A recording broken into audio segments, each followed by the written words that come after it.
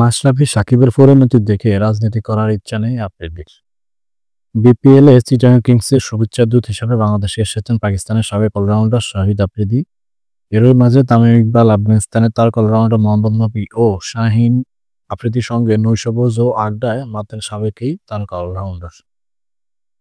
আগে থেকেই শহীদ আফ্রিদি নিজের ইউটিউবে ব্লগ প্রকাশ করে আসছেন। শুক্রবার ৩ জানুয়ারি তেমনই একটি ভিডিও প্রকাশ করেছেন তিনি। ভিডিওতে তামিম আফ্রিদিকে জিজ্ঞেস করেন তার রাজনীতিতে আসার কোনো সম্ভাবনা আছে কিনা।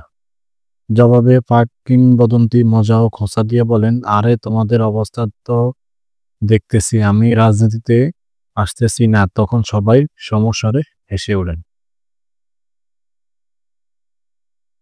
আওয়ামী লীগের টিকিটে সংসদ সদস্য হয়েছিলেন বাংলাদেশের ২ তারকা ক্রিকেটার সাকিব আল হাসান ও মাশরাফি বিন মুর্তজা। তবে গত ৫ আগস্ট ছাত্র জনতার অভ্যুত্থানের পতন হয় আওয়ামী লীগ সরকারের, এতে বিপাকে পড়েন এই ২ ক্রিকেটার। হামলা হয় মাশরাফির নড়াইলের বাড়িতে, আর হত্যা মামলার আসামি হয়েছেন সাকিব আল হাসান। তাই আফ্রিদি সাকিব ও মাশরাফিকে ইঙ্গিত করে এমন মন্তব্য করেছেন বলে মনে করছেন অনেকে। আফ্রিদি তামিমের কাছে জানতে চান, তামিম তুমি কি পুরোপুরি অবসর নিয়ে ফেললে?